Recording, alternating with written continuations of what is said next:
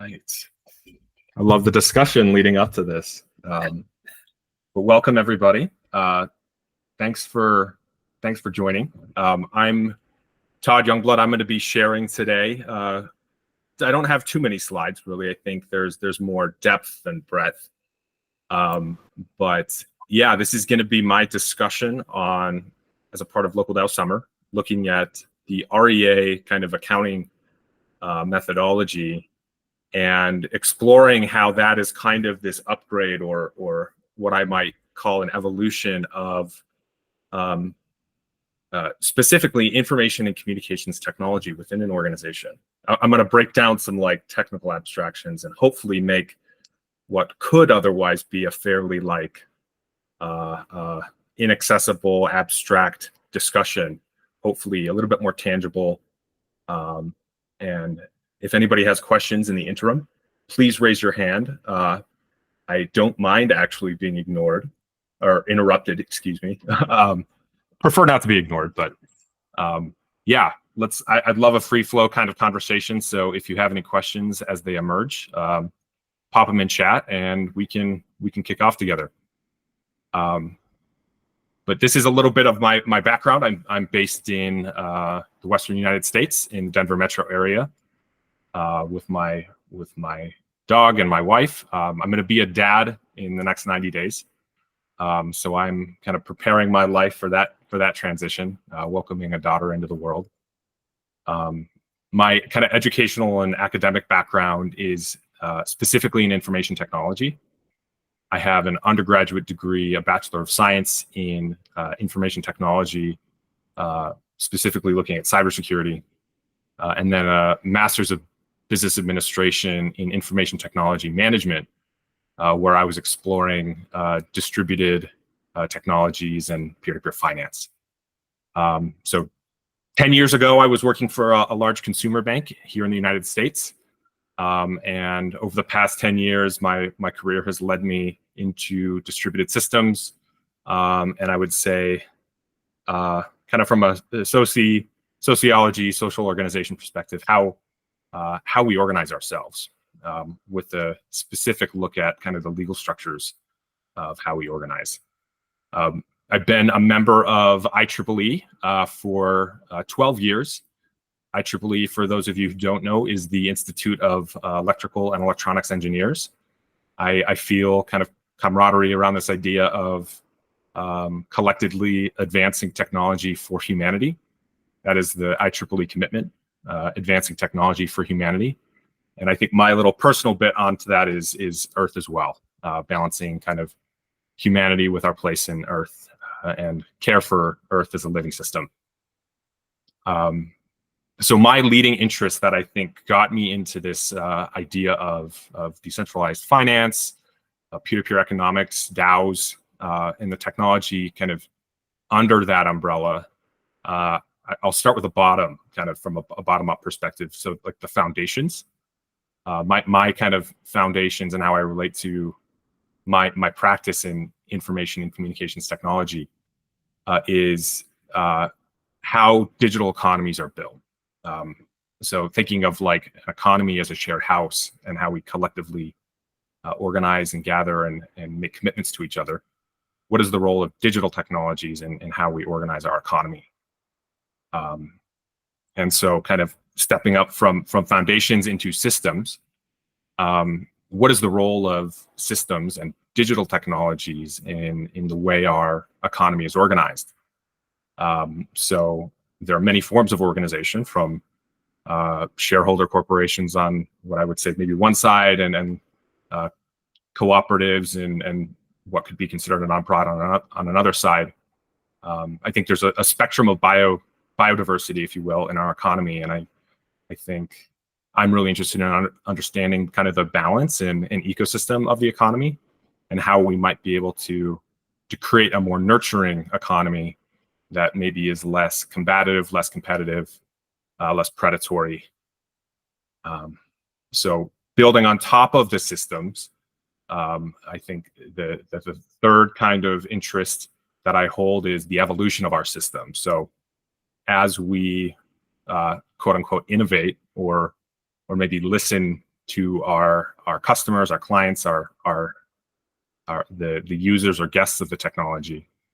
How do we incorporate new contexts and learning to adapt and evolve the technology that we're building in a way that better kind of serves the needs of those stakeholders or of those people ultimately.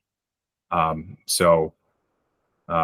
me, the focus here is specifically in the evolution of accounting and finance. The accounting mechanisms, the agreement structures that we hold that really constitute an organization, and at the ecosystemic level, the economy, recognizing an economy of multiple organizations. So that's kind of this progression and the three different kind of leading interests and three different frames or perspectives that I'm bringing to today's discussion. Any questions so far? All right, let's get into it. Basic disclosures and some statements. I'm not a lawyer.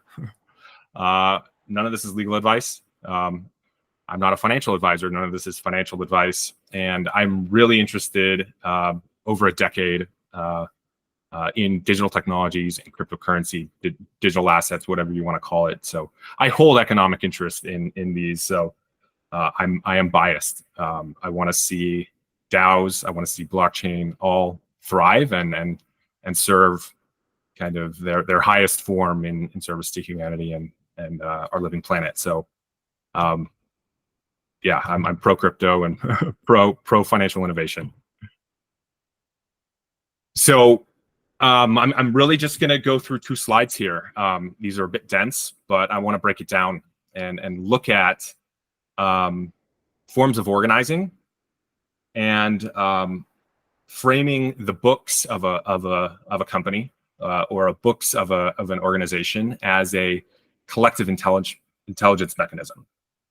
We're going to get into REA and what specific role resources, events, and agents play in kind of this evolved version of an organization. But to understand where we're going, I would really like to look at kind of where we are and the state and the history of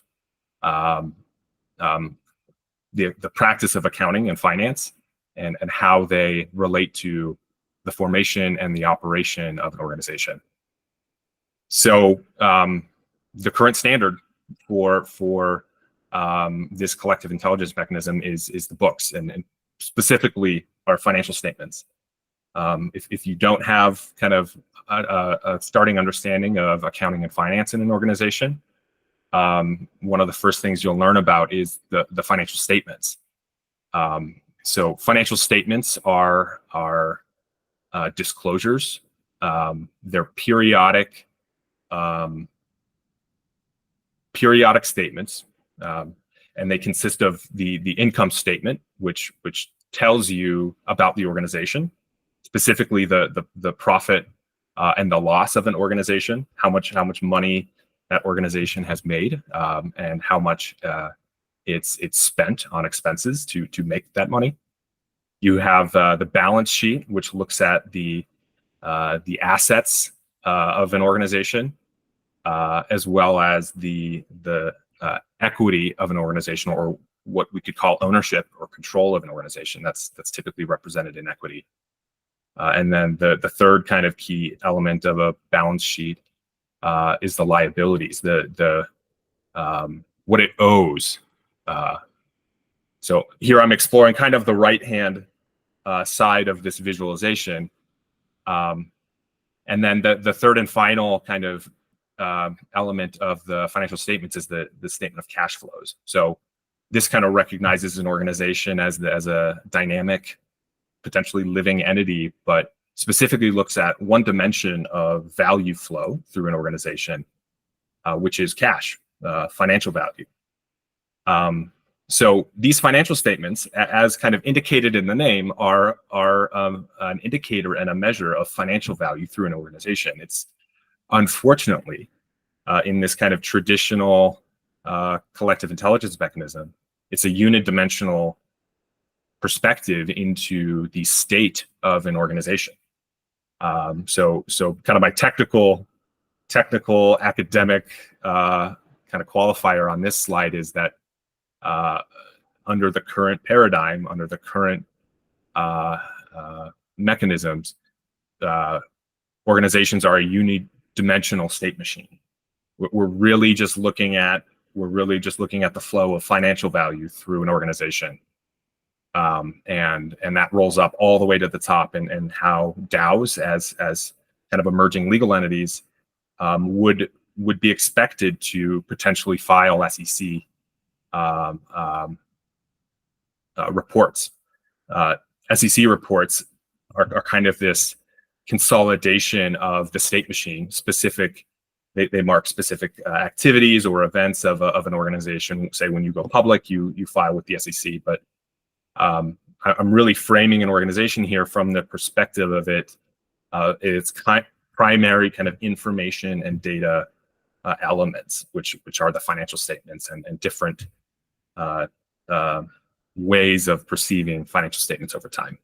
So looking at the history and kind of where this pattern emerged from, accounting is one of the oldest practices in civilization. I mean, if you look at where language emerged from, we were pressing basically ledgers into clay tablets, and that was kind of a form of economic organizing.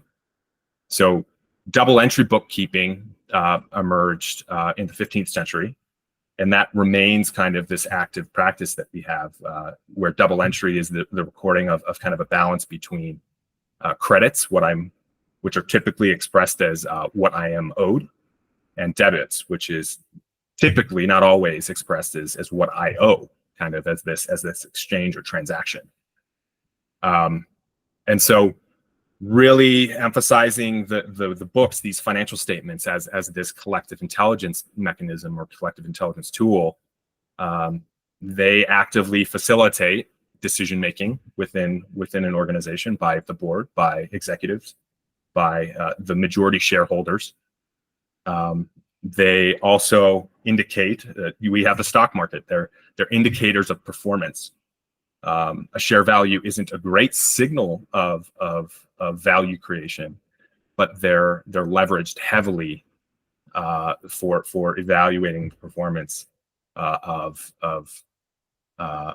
any organization, and a share has a direct relationship to the financial statements under the balance sheet and who owns the equity of an organization.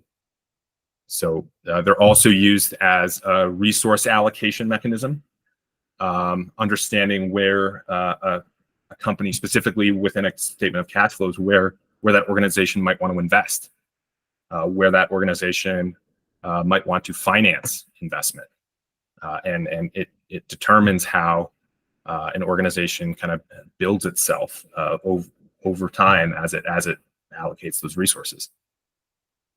And then additionally, it's used as a communication tool. So it's used as a communication tool between the board and the executives to communicate with the general public in the context of a public company. Analysts, there's billions of dollars of industry and markets in financial analysis in multiple practices. There's financial analysis looking at the technical indicators of a stock.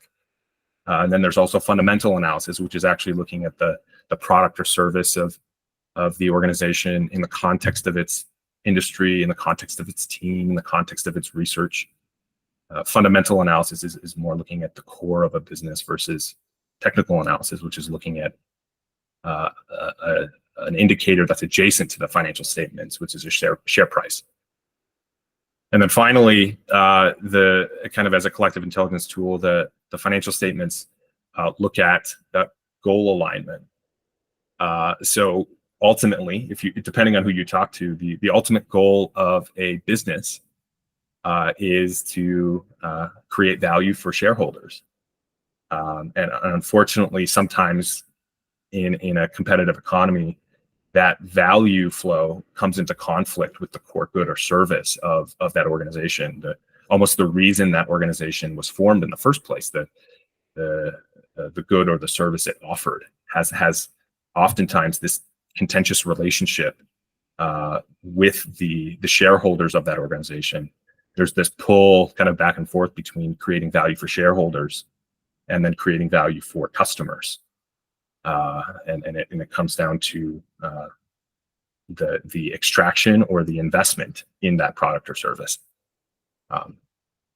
So this is the current this is the framing of the current paradigm as I see it, as an MBA who has studied kind of how we organize our businesses or potentially our nonprofits, but specifically organized around financial statements as this, if you will, a state machine or a value creation mechanism or structure. So let's move in from kind of this unidimensional space into the multidimensional space, which I think is really where the magic of REA lies. Looks like we have a question.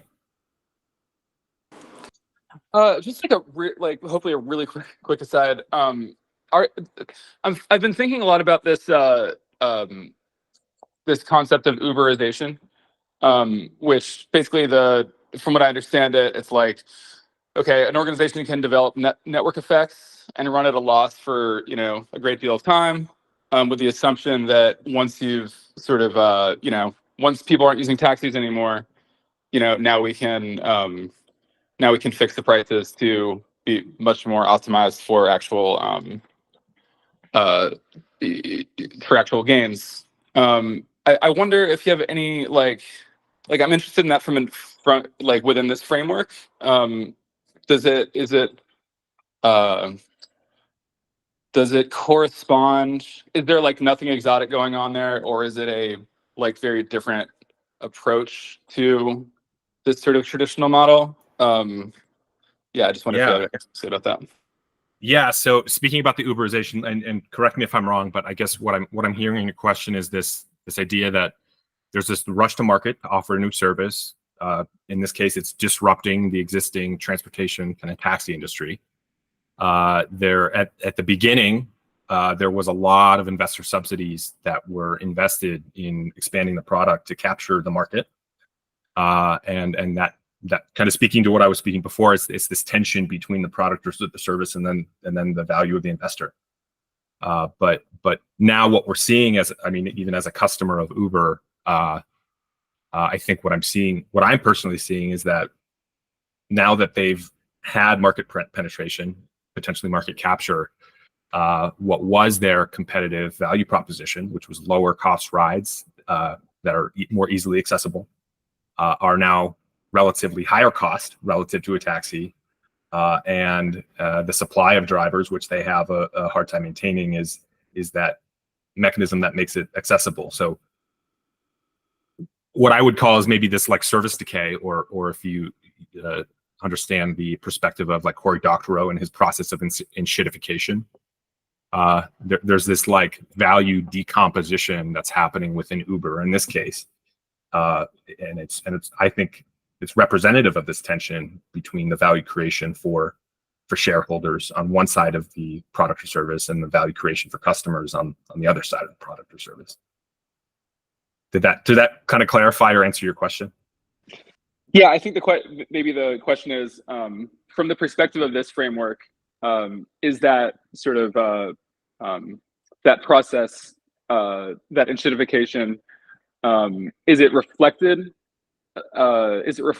in the double entry bookkeeping? Is it reflected in the books, or is it something that is obvious to any realist interacting with the company, but not something that's reflected in the books aren't multidimensional enough to reflect that enshittification? I wouldn't say it's reflective of. I would say it's a consequence of.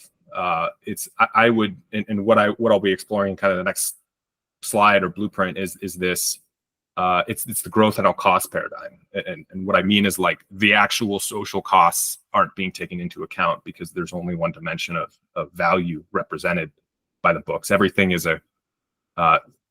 as I kind of say down here, it's mostly a quantitative analysis of like monetary flows and not a holistic qualitative analysis of how are we creating value and who are we creating value for. I think it's a result of being over dependent on value flow and value return to shareholders versus value flow and value return to users or passengers and drivers of the Uber service. Cool. All right. See the thumbs up. Thanks for the question. I appreciate this.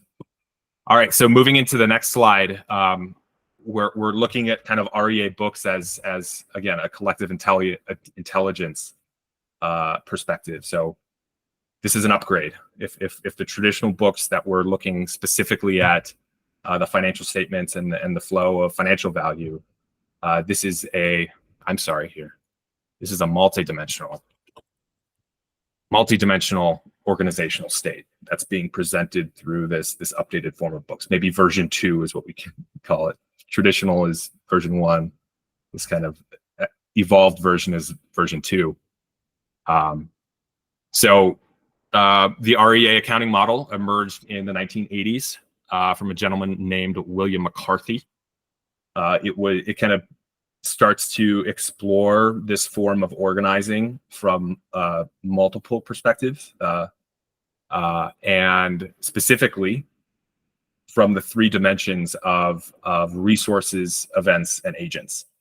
I'm not super keen on that language. I think resources and events are fine, but I think actually this works really well in the context of like economic agents, but I would rather name it like actors, or maybe create some level of agency for an individual in this framework. But kind of going through this, I started the last one with the financial statements. So let's look at how this potentially modifies the financial statements while still proposing to solve the same question that each one of these financial statements addressed. So instead of an income sheet, you have your gains. So where that was previously limited to kind of inflows and outflows of financial value, we could represent this and evolve it to include other forms of gains or additions into the organization. So that would be, I think, an inclusion of what you could call the org chart on the income statement. So we're adding to our team capacity. We're adding different people with their own unique kind of individual skills and talents that they're bringing to the company. We're organizing around different events. Maybe we're thinking about going public, but there are certain requirements that we have to establish before that process happens. So maybe a named event in kind of this modified financial statement could be how we organize to meet those requirements. And then the agent model is really looking at the people. I think the resources I might have misspoke to as including people, but that's really the inventory, the assets maybe of the organization. And then under balances, you can start to explore how those are changing over time. Where in a balance sheet within a traditional corporation, you could have the current state of just the cash accounts. Here you get from one dimensional into multiple dimensions. You could get the current state of the resources, the current state of events in their context, the current state of the agents or the people that constitute your organization.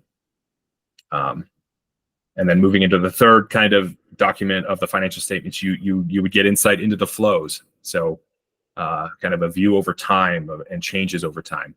So again, you get that level of insight into these 3 different distinct categories of value. And so moving from version 1, the traditional kind of unidimensional perspective, into the version 2, the multi-dimensional perspective, the model is enhanced because you balance what is largely a practice of numbering and accounting as a quantitative process, And I think the REA model enhances that process by balancing it with more qualitative possibilities for data curation and information relay. So going through kind of some of the specific benefits of this evolved and enhanced REA model, you really get a more high fidelity scope into the organization and its structure, away from that kind of financial value as the single dimension and into the three dimensions. You create relational thinking. So instead of it kind of being an absolute like win or lose game, it's more balanced, and there's relationships. Maybe you lose agents within your organization. Maybe you lose team capacity, but you actually gain something in return. It's not a binary outcome where when you're looking at one dimension, most decisions are binary. I think REA, all decisions are made in relationship to the whole. Third kind of benefit is you get enhanced data, and I think that data integration could be used to inform sense making or decision making in other parts of the organization. I think a system that would perform REA in an organization could benefit from more real-time information sharing. I come from very large corporations as employee of a consumer bank. I think the larger you scale, the less information passes between people, between teams, and specifically in certain dynamics, you can start to create silos where what is ideally a symbiotic and cooperative relationship with your teammates and your organization, you get competition and data siloing and a lack of knowledge sharing and kind of information sharing between teams and within the organization, and that has its own knock-on effects. So I think with this understanding that you'd have to have technology and systems in place to adopt this REA model, that REA model could serve different teams and keep data silos from emerging and kind of creating this conflict and teams. I think there's enhanced flexibility and scalability in the model, where primarily value flows are the common denominator is financial value, that one dimension. You get more nested relationships. You still have money; it's still represented in the resource model, but that money is kind of deprioritized to balance the other forms. So I think that leads to flexibility and scalability. You get a higher level of sense making, and I think that creates in itself kind of this potentially REA could create a common language and a common frame of reference for everybody to be able to relate to the work at hand within that organization. You get enhanced analysis. Obviously, the REA model is more complex. It would be more management and administration of an accounting mechanism, but the outputs and the insights of this kind of frame as a collective intelligence tool, I think is just, I think it's a bit big. It's not very humble to say, but I think it's a paradigm shift that could happen when you change the way you think about how you're structuring your organization and the fundamental value that your organization is organizing around. I think you get to change the nature of the organization in the whole of the economy.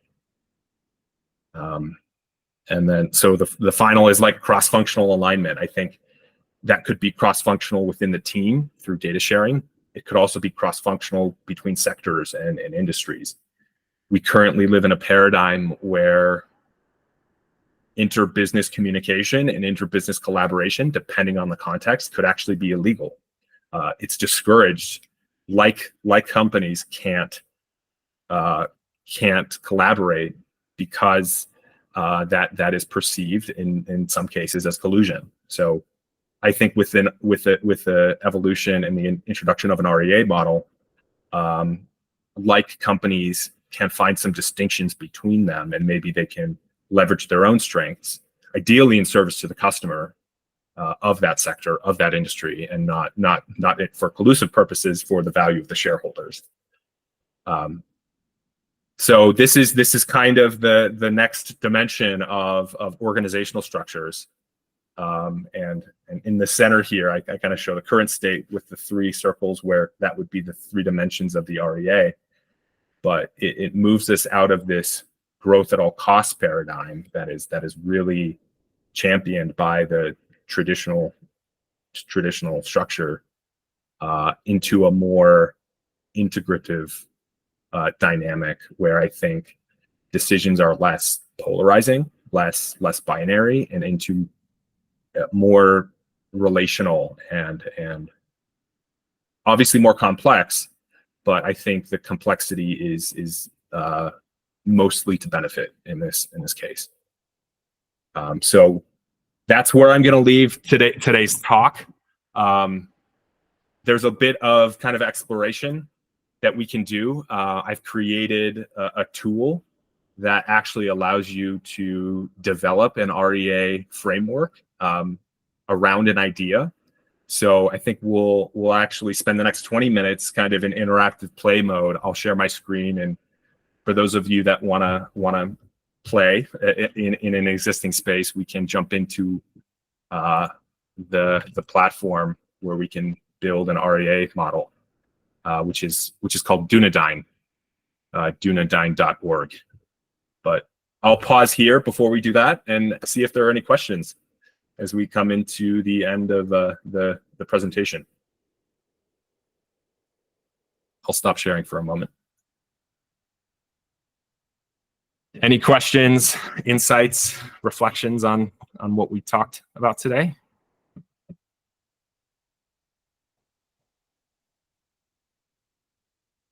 I raised my hand. I don't know if somebody else wants to. Oh, sorry, I missed the hand raise. Yeah, Tiberius, go ahead. Hi. I just want to make some clarifications about some of the deep meanings of REA and where it can really be disruptive. Sure.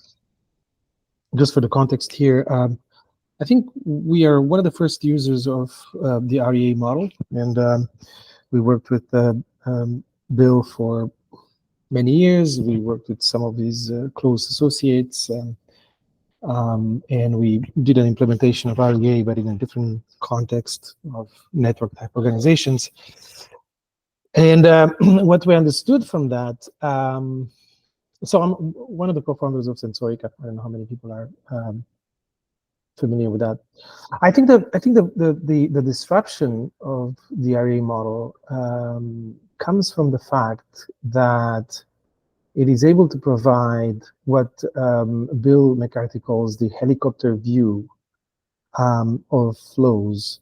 And what I mean by that is that any accounting system that we have from the past see the world or the economy from within out, from the perspective of a firm. Okay, so when you're looking at the economy through accounting methods, you're within a company and looking outside and see flows that go in the company from the supply chain and outside the company from the market. What REA is capable of doing is actually providing a picture of how things flow within the ecosystem without necessarily you as an observer being embedded within an organization.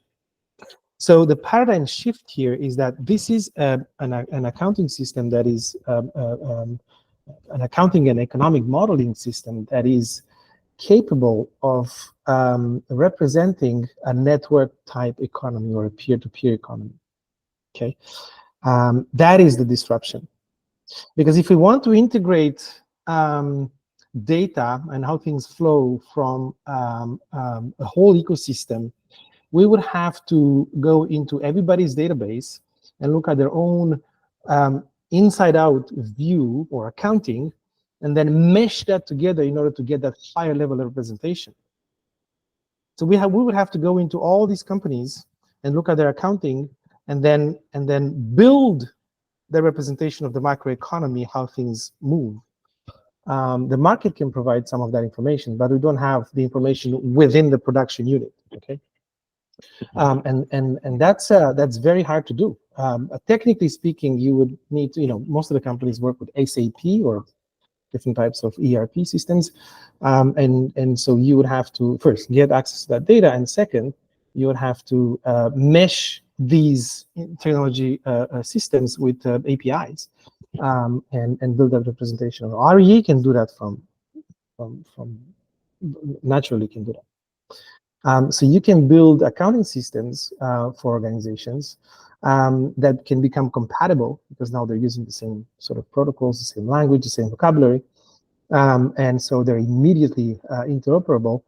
And then you can produce statements using REA ontology that are direct statements about the whole ecosystem.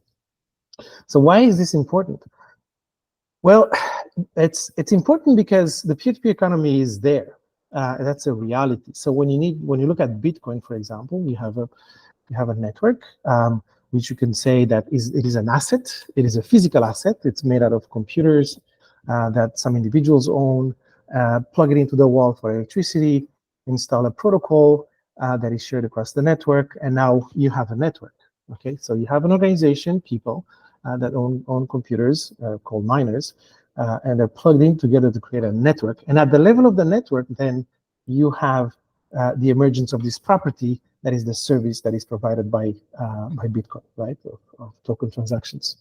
Now, this asset it doesn't belong to any company, and it's not a private form of property. We call it a non-dominium form of property. So nobody owns it, and nobody can own it. So it's outside of any organizational paradigm, but it becomes a shared asset. And what you have an ecosystem of services that have been built around. So we can understand Bitcoin in the economy associated with it if we just focus on Bitcoin, or if you just focus on a peripheral service around Bitcoin. The only way to understand this economy and to be able to talk about it is to use REA. Okay, so you see we have an asset, which is Bitcoin network, that is not owned by anybody. Nobody can own it. So that's a different animal already. And it has a permissionless access for other type of services and economic structures or agents to plug into it. It's totally permissionless, right? So this is a shared asset that nobody can own, and then can span an economic ecosystem around it, because everybody can plug into that and build all sorts of things around it. And the only way to understand these flows, it's through REA. Okay, any method of accounting will not work. And so from there we jump to I would like so that's a realization. It allows a different type of economy. Can I kind of just restate kind of the insights that I'm hearing you share? So I'm hearing you speak to kind of this need of maybe a common standard around how we integrate REA. I think you spoke to the privileged nature of this kind of level of data within an organization. I would agree. I think one of the failures of maybe the adoption of distributed ledgers, blockchain within an organization is because those financial statements, while they're being prepared, are actually privileged, sensitive, restricted information. So I think that what I'm hearing you speak to is like this ecosystemic view.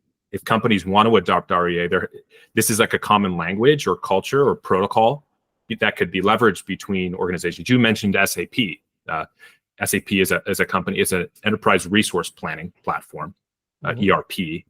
But I think I agree with you, and I what I would love to see is this emergence of a common standard, ideally held kind of as open source logic, open source software that better enables organizations to communicate and inform one another through the REA kind of language or protocol, and then finally kind of at the economic organizing perspective, I think this creates a better opportunity for organizations to organize around what I would call the kind of the pillars of the economy, the goods, the services, the platforms that that we require as just like living human beings, that are currently within the kind of unidimensional paradigm.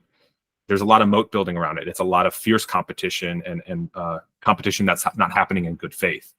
So I think the economy can benefit through the adoption of REA, because it moves us from this kind of contentious, predatory paradigm to a more cooperative, symbiotic paradigm through the knowledge sharing that's happening between the language and the protocol of REA.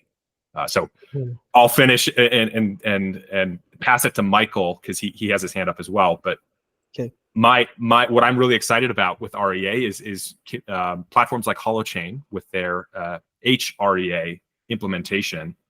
HREA.io is where that is located, and you can learn more about that. But that integrates this value flows framework for how we can represent value creation and value flow through the REA language between organizations, whether they're formal or informal, in the context of the greater economy. So, yeah, Michael, but just to add this little thing here, it's because you're talking about the economy. The question is which economy, and you're talking about organizations. Actually, REA and blockchain and Holochain and HoloREA and everything else that is built on top of REA with peer-to-peer technology just announces the death of traditional organizations. So the same way that blockchain doesn't have any value inside an organization, it is a technology that allows parties that don't trust each other to interface and collaborate. The value of blockchain is in between organizations. The value of REA is not within the organization, is in between organizations. Yep. So you have two technologies that their value is in between organizations. And you can take the logic to the extreme and say, if blockchain and REA allows peers, agents, to collaborate, and you say, well, these peers could be organizations, but I'd say, you know what, why would you create an organization? Bitcoin is not, like a sort of a hard shell organization. So we can envision, that's the disruption here. We can envision an economy where traditional organizations that are units of innovation and production may disappear almost entirely. That's what I'm trying to say. It's like the way the way society and the economy is organized as eggs in a basket. Okay, the shell around the eggs disappears because these technologies pulls the guts out of these cocoons, and what you have is a network of networks that are all interpenetrable. So essentially, you end up with an omelet.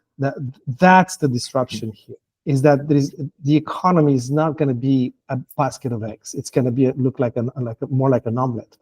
And blockchain and REA are the key drivers of this sort of transformation. Anyway, I agree. I think there's a fundamental change that's gonna occur, and I would say the paradigm of the unidimensional financial statements as like the state machine of an organization that is currently dominated by shareholder corporations. And as we move to REA, I think REA is going to benefit more symbiotic organizations like cooperatives, trust companies, nonprofits, and benefit organizations who are. You didn't say networks yet. I didn't say networks. I like to stay at how we're organizing ourselves, kind of from this legal structure. Michael, go ahead, please. Hello, thank you. I must confess that I came in a little bit of the idiot in the room, but enjoyed hearing your explanation and wanting to have this be successful. One of the areas where I pay attention is in why has not something been adopted, and what would be changing if this thing is now about 25 years old. There are systemic things that have been getting in the way of its adoption. What might have been a little easier for me to grasp the possibility was to see an expression of the additional levels of visibility in some particular case study, and so that's the question. If, for example, you were trying to say, we would like to show the activity that is taking place in a watershed, and for the actors in that watershed, what would you be able to see that is presently, and I kind of got it conceptually, but it didn't land the way that seeing the difference would, when so you say, imagine the moon, was, so it's feedback that I'm hoping this will work, but I was kind of grappling. And last remark is that sometimes adoption is driven by, I find investors can demand a certain level of visibility, and that if they see the need for this, then they can demand that people who receive their money behave accordingly. So just wanted any thoughts, reactions, anything I said is great. Cheers, and thank you again. Yeah. Thank you, Michael. I appreciate that. And I think had I had a little bit more time on the presentation, I would have integrated the framework that explores what Gregory Landua and his collaborator, I'm drawing a blank on his name, is the 8 forms of capital. So we could look at what I would call the 8 forms of value or the 8 forms of wealth could be understood through the dimensions of resources, events, and agents. So natural value, natural wealth. What are the agents? What are the resources? What are the events of natural wealth in that cycle? And that could be then abstracted to the 7 other forms of value or wealth. So yeah, that would have been the more in-depth, high fidelity exploration. But if you're curious, we could you get in there. But I can't pronounce your name. Exient. That works. Yeah, I just had a quick clarifying question. When it comes to these sort of the description of peer-to-peer protocolized resources as non-dominium, I was curious if there's a like a more like a full-fleshed technical description within this framework of those sort of resources that are necessarily held in common. Yeah, great question. One of my nerdy kind of like hyper-focused rabbit holes is the commons from a legal perspective. So I'm very inspired by the Charter of the Forest, which is the lesser known twin of the Magna Carta, which was a royal pronouncement that guaranteed the access of the common people to the commons, specifically the forests, which designated and named specific resources that they had access to, like grazing their sheep. So when I look at what is possible and what is known throughout history and also like through the lens of legal precedent, I see what I would aspire to is see us kind of take this frame of the commons and apply it to the web, the internet as we know it, recognizing that maybe we step beyond just like freedom of speech as like a right, but like participation and collective voice as like a responsibility. I think I perceive the web as a form of, it's not a wonder of the world in and of itself. Maybe I would put that title on like Wikipedia, but it is an ecosystem that we've created. It's a social ecosystem. It's of our own creation, of our own knowledge. But I think we can apply these legal understandings to this creation. And I would love to see a charter of the web or something that kind of refreshes the charter of the forest, that applies this commons principle to the internet. What is that? Is the charter of the forest from? Is this from England? Yes, sorry. Yeah, United Kingdom, 13th, 14th century. I think the Magna Carta was. Yeah, right. So, anyways, an interesting side note is that I've looked a lot, or I've I'm also like really interested in the enclosure movement and all that, but it gets kind of confusing around the English Civil War because you see that actually the commons were associated with basically the royalists because the commons were provided at the leisure of the king, and the parliamentarists that were more like capitalists were the ones who were trying to upend and eclipse the commons. So there's a weird kind of thing where like the radicals were like the monarchists at the time. The radical communists were the monarchists. It's weird, but yeah. I think it's not a solution, and there exists the whole context of like divine right of kings and like the royals.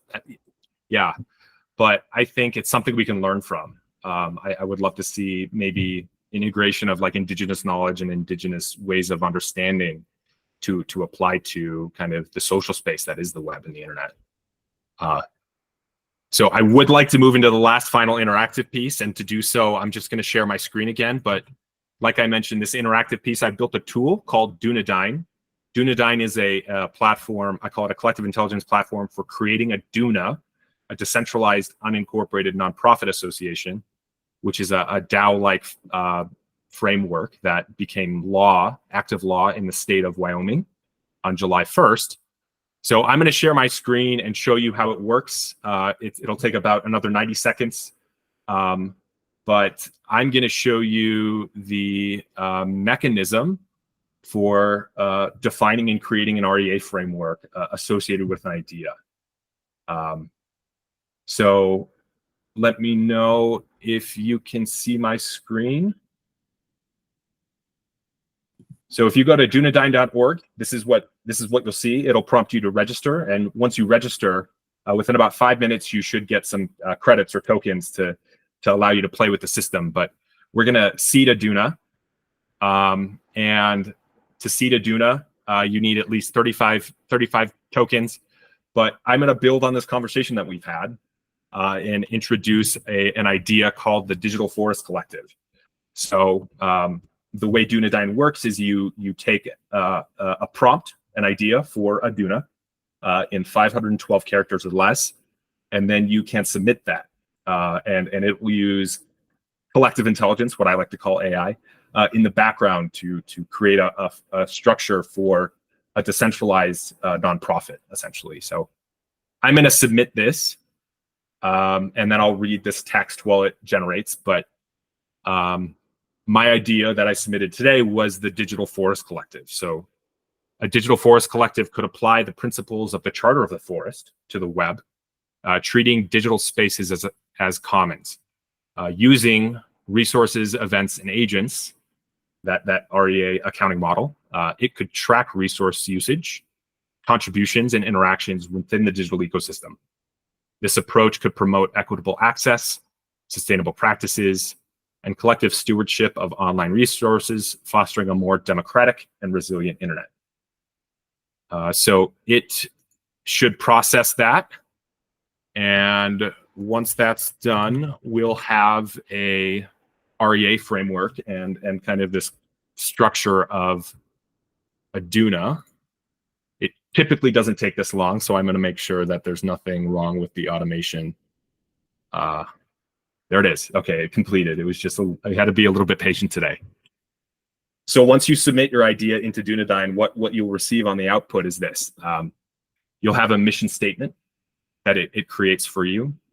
It will classify you as a nonprofit within a category. It also identifies as a nonprofit your alignment, the alignment of your idea with the National Taxonomy of Exempt Entities, which is a taxonomy that has been developed within the United States, aligned with the Internal Revenue Service, that demonstrates and speaks to the benefit of that nonprofit in a categorical frame. So this has been identified as classes S and W. S is the community improvement and capacity building. W is public and social benefit. Dunedain also creates a purpose statement. It repeats your seed text. It creates a portfolio of initial projects that you could start to explore within your DUNA. And then finally, it creates your REA model, which applies the REA accounting methodology to your Duna concept and shows how you might be able to organize your nonprofit within the 3 dimensions of nonprofit management, which is your programs, the reason that nonprofit has been formed. So in this case, that is the community building and social benefit. Fundraising, how does that nonprofit raise funds? It names how you could do that, and the REA associated with that activity. And then finally, administration, how is that nonprofit administered? So it identifies REA within that as well. So this is a bit of a play space. I welcome you to join. You get free credit just by joining, and you get the ability to create one Duna using that credit. So let me know if you have any questions, and I think we'll just release it from here. Thank you all for participating. Thanks for going about 5 minutes longer. It took a little while for people to show up, but I'm glad we had a good turnout. So I appreciate you all, and wish you a great day and a good rest of your week. Thanks for listening today. Thanks, Josh, Tiberius, Elizabeth, Iowan, rather mercurial, Josh, Hunter, and Excellent, and Michael. Great attendance today. Thank you, Todd. Did you put a link of the Dunedain in the chat? I did not, but it's just dunedain.org, and I will put that in right now. Thank you. DUNADYNE.org.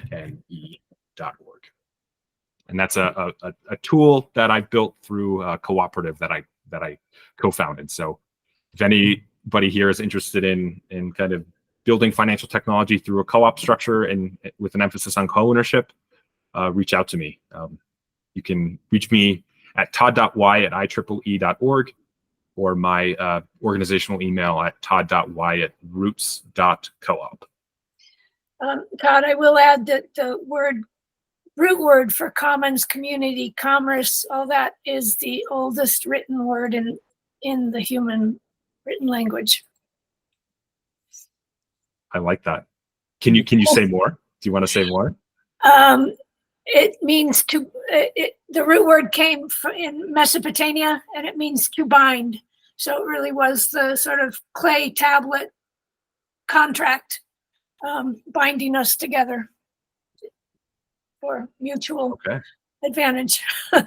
Yeah, I like that. Corporation, I think, is another start with exactly.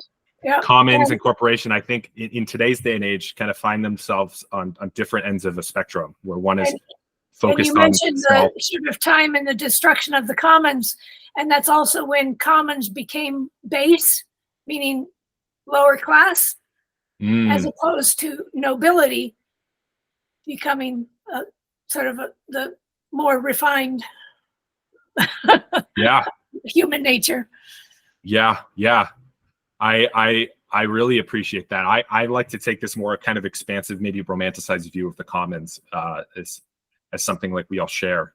And my last kind of presentation along these lines looked at what I would consider as the wealth of the commons, which kind of took this eight forms of value, 8 forms of capital framework, kind of through a long arc of time, and each form of value is expressed, I would say, in a type of commons.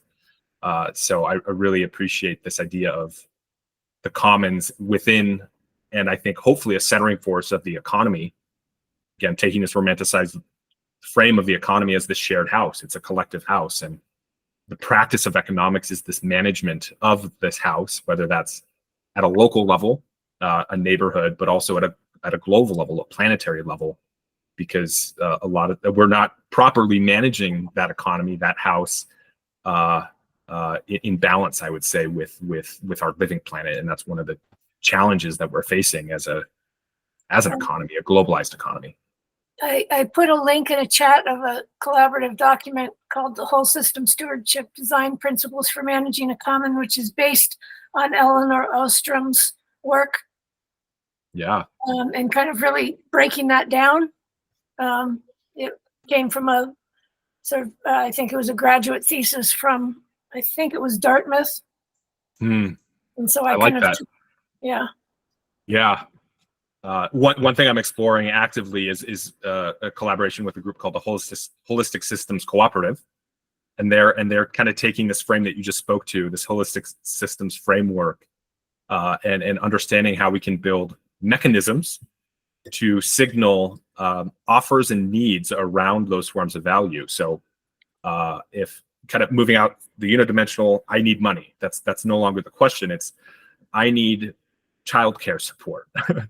That's denominated in time. I could buy that, or it could be something that is facilitated within my community, within my neighborhood. But I'm really interested in these mechanisms of how do we maybe outside of REA, how do we organize ourselves as humanity across all different kind of geographic spectrums to fulfill our own needs, to fulfill our own offers, and build on kind of the gifts that we offer to one another in what I would say the commons. Right. And that's especially important to look at for the global south that does not have access to a lot of fiat, right? Yeah. I would say that a lot of informal forms of organizing are actually much more vital as practice. And I would say, as using the language of global north and global south, I would say we actually have a lot more to learn from these informal forms of organizing as the global north. I would be wary of asserting certain I agree with Western you. Absolutely. patterns that I think are not necessarily helpful to ourselves on the global south. Right. And Because a they're lot of that still relates. surviving with those mechanisms. They are, and in some cases thriving. I would say the global wealth has a glut of financial capital, of financial value, but we lack in other ways the other kind of complementary forms of value that we commodify often to create financial value. I see, Michael, your hand up. Would you like to jump in here? Yeah, sure. I was wondering if, as a prototype, if it was a non-financial organization, in other words, that might not even have more than 2 nickels to rub together, but is in fact producing value in different ways. So whether it's a sangha, might have some operational costs, but it's what it's tracking or what trying to track are impacts of a different kind, may not be denominated in those 8 forms of capital. But I was wondering, are those kind of experiments ones that you're interested in, or you're really trying to find quantitatively metric-based type traceability? Yeah, I would say no. I think there is some level of traceability if they want them to be traceable, whether quantitative or qualitative. I think depends on the measure indicator. So one of the communities that I'm participating in is a group called Vivero, and Vivero is this network of I would say bioregional stewardship. It's a community that's really focused on caring for the planet.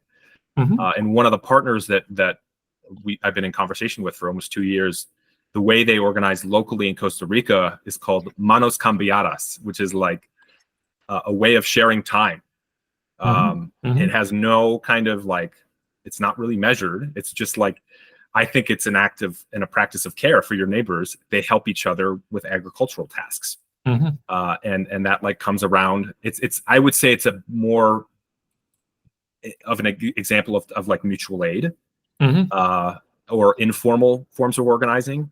But I'm really compelled by that, and I'm really interested in exploring specifically these patterns of as it relates to kind of financial value and our kind of frame of economics that's present now is how can we give together, sharing our resources? How can we save together and acquire assets, homes? I'm really interested in co-ops and community land trusts. And then how do we invest together, where that's less assets and more kind of equities and representative of our participation in the organization forms of organizing. So giving together, saving together, and investing together. What role do trusts play, or directed trusts, in potentially facilitating these different forms of exchange to move us from what I would hope is kind of this less extractive, dominant nature of the economy now under shareholder corporations, and into a more participatory or collaborative form of organizing that balances these with each other. Where I think our economy, the root of our economy, is based on the benevolence of our planet and her ability to actually provide for us. So I think there's some responsibility for us to regenerate our planet and care for our planet and recognize the gifts that are inherent. The gift is the foundation of our economy. We extract from that gift and call it commerce, but I think we fail to recognize that as a commons and well, we haven't built reciprocity. We haven't built reciprocity, a circular economy, if you will. Yeah, with there's the not earth really itself, cycles, right? With the earth itself. Right. Yeah. So, Todd, what's a good next step in terms of staying connected with what you're doing and learning more, sharing more? Yeah. I'm on Telegram. I'm on WhatsApp, LinkedIn, Twitter. I can be found 3 times a week on Vivero. We have what we call circle calls. I'm the steward of the technology circle and a participant in the governance circle and the partnership circle. And then I am a founding member of Roots Cooperative, which is a consultancy. So I like working with small businesses and entrepreneurs and creatives. I think my skill is in systems design and prototyping. So I work with teams that are wanting to bring a digital product to life. So I do the design and prototyping to get to what's called proof of concept. So, yeah. Would you be willing to put your email in the chat? Yeah, I have 2 emails. If you want to reach me on more kind of like topical, you can reach me at todd.y@IEEE.org, or I can be business or collaboration. I would say please reach out to me at todd.y@roots.coop is my kind of collaborative email. Yeah. So awesome. It's been a wonderful. Thank you, Elizabeth. Yeah, I appreciate that. Yeah, because it's really sort of at the heart of the work I'm doing, which is organizing regenerative culture via watersheds. I like that. That's how nature organizes, right? And really looking at how we can find alternate economies to allow, especially people in underserved communities, to create abundance and thrivability, even if they're starved from economic opportunity for whatever reason. Absolutely. Yeah, I'm really interested in becoming more of a participator, I guess, in the bioregional financing facility discussion and the BioFi community of practice on Hilo. So I'm really interested in bioregionalism, thinking about less about national boundaries and watershed boundaries what role does water play in our economy? It's a vital asset. It's everything. I am over 75% water. And if we don't take care of our water molecules are water molecules. Yeah. I like thinking of the economy in cycles. So we have like the soil cycle, the water cycle, climate cycles. And I mean, if you talk to a traditional academic economist, those are not related. It's all about economic agents and whatever. But I try and take a expansive view of the economy as this, again, shared house and the stewardship of our house, whether it's an actual house or the landscape in which that house exists. Without liquid water, we would resemble Mars, right? Yep. And hopefully that's not the trajectory. So yeah, I'm very optimistic. I like to speak to what's possible. Yeah, me too. Thank you, Elizabeth. Yeah, appreciate you being here. Yeah, likewise. Appreciate it. I guess one more question. Yes, I have one. First, I'll go to the half hour. I'd like to clap up Elizabeth. She is on the World Water Unity Network, I think it is, the coordinating goddess. So that's quite a, showing up here for you. If you care about that, you're definitely have Me the too. attention of the right person.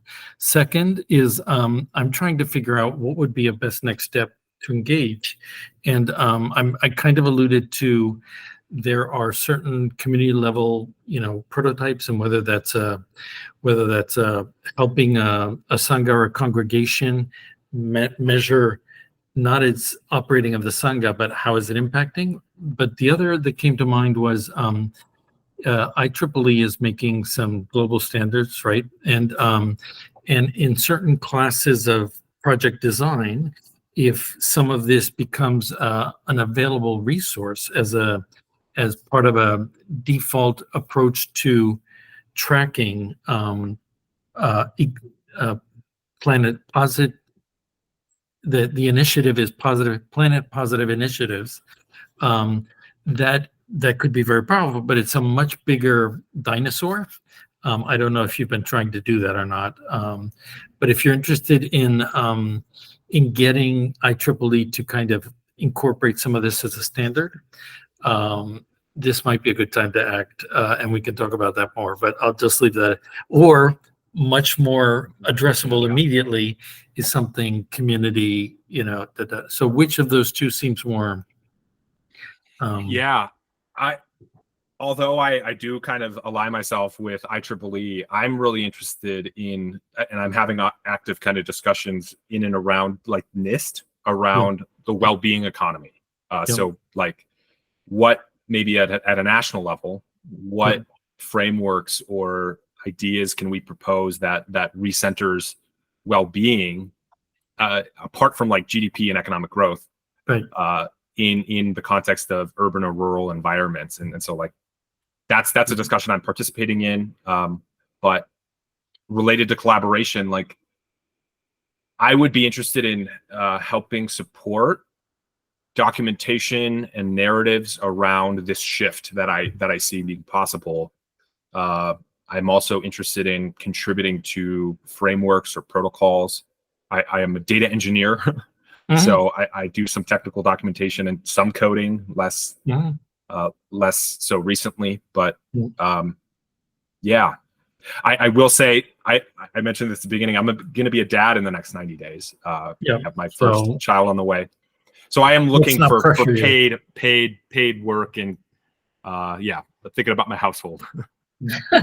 The IEEE then is probably the better long-term investment. But I pinged you through LinkedIn, and we can follow up at a different time. But I too have been a haptivist, by the way, and one of the ways in which what you're doing provides visibility into well-being is that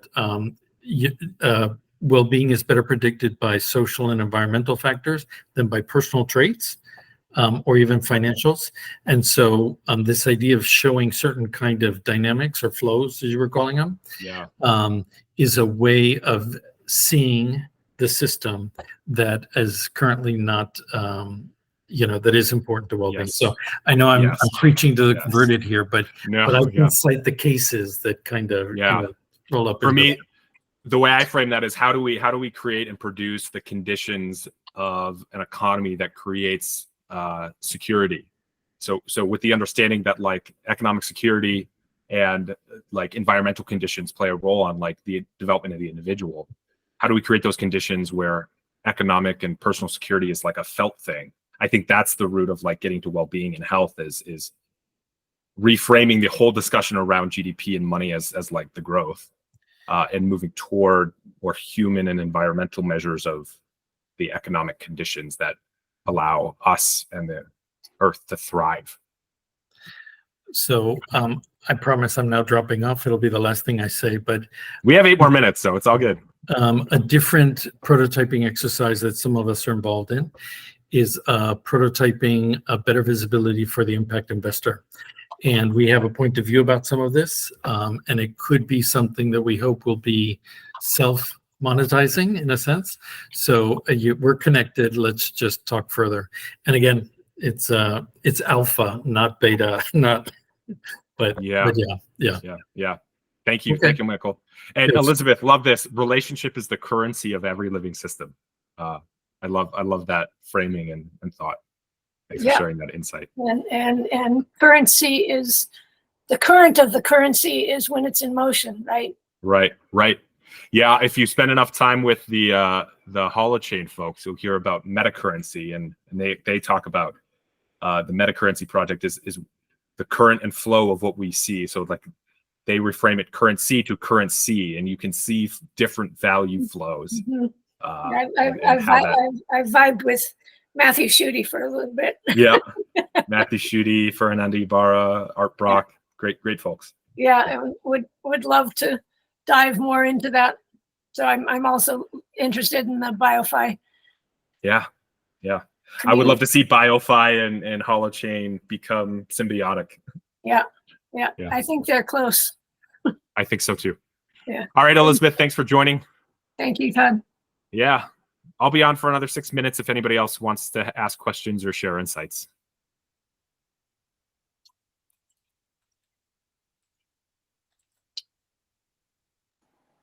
Or maybe I'll just wrap up early, but thank you all for joining. Briefly, I was wondering about this issue in Portland, specifically about embodied carbon buildings coming up that aren't right, that aren't accounting for all the cost or all the carbon footprint of constructing a new building.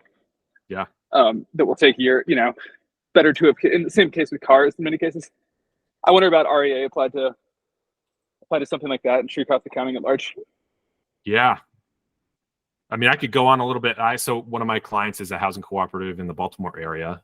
It is a worker-owned housing cooperative, and we restore board-up homes into livable apartments. And so one of the things we're thinking about is our materials. How do we completely reframe a home using new lumber, or do we try and keep the lumber from the trash out? These homes have some cases 100-year-old pine. So I think with an REA accounting model, we could look at, does that resource need to come from the living world in a forest, or could we reuse lumber to create a habitable structure? I think that's a kind of one of these relational decisions that could be made with more informed kind of awareness of materials cost. Like, and again, when I say cost, it's not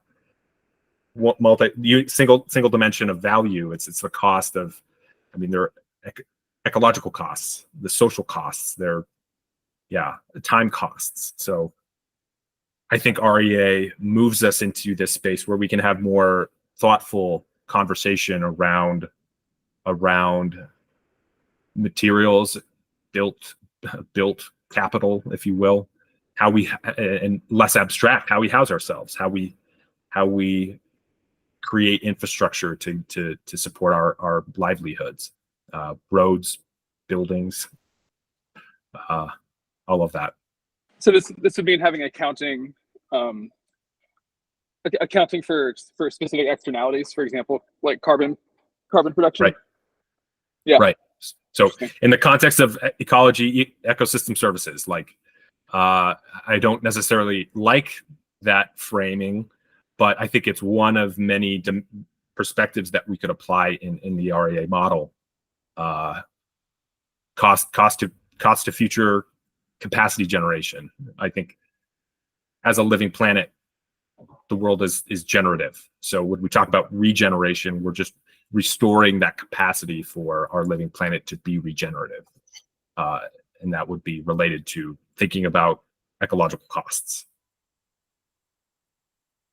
But we can do that with the current systems. You can think about materials and stuff. But it's framed as negative externalities, and it's something that's like not. Well, that's not a feature of SAP. Let's say that's not a feature of. But the ontology itself, what REA does is that the vocabulary that it uses allows for a resource-centric and an agent-centric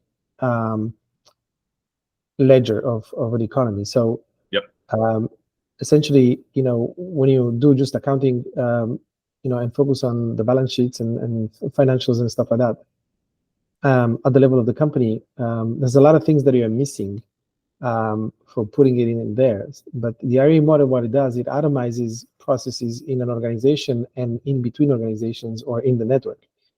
So when you use an REA model for, let's say you use it inside the organization, which I think it's not exploiting its full potential. But let's say you try to use REA, implement REA within an organization. Then what happens is that you're going to tie together agents, which are individual employees. They are part of the system as they use resources in what we call events. So you end up with a ledger of economic activity that ties every agent with every resources into events together. So you have resources, agents, processes, outputs that are also resources. And that's how you build the ledger. So what happens here is that once you have all these relationships between users and resources, you can have this user-centric and resource-centric economy because you have all the information. And you can move to non-monetary systems because from that ledger, from all these relationships between users and resources, you can infer many things. It's like what kind of participation that particular individual in that particular organizational context, or maybe in the network, what that particular individual has brought in as valuables, and could be tangibles or intangibles. But you have that data, it's in the ledger. So it's not just about money. You have the relationships, and from these relationships, you can infer anything you want, and move towards incentive systems that are non-monetary. Move into what Werner Ali calls value networks, which is the transit of intangibles between organizations. So you can track all that stuff. So REA is key positions because at the very level of the ontology, okay, resources and agents become primitives, and the relationships between them that they're always tracked. Okay. Yeah. The way, I guess the last thing I'll say is I think REA could be the elements that allow us to coordinate our economy, and I think we do that through thoughtful composition. It creates the possibility for sense making and some level of collective control of our economic structures and the forms of organizing. And I think without it, it's a blind dark forest. Where data is proprietary and we don't really ever know the real state of our organizations, even public companies. So thanks for participating, Tiberius. I appreciate your questions. Have a good one. Thank you. Yeah, you too. Bye-bye. Thanks guys. Everyone. That was awesome. Bye, everybody. Yeah.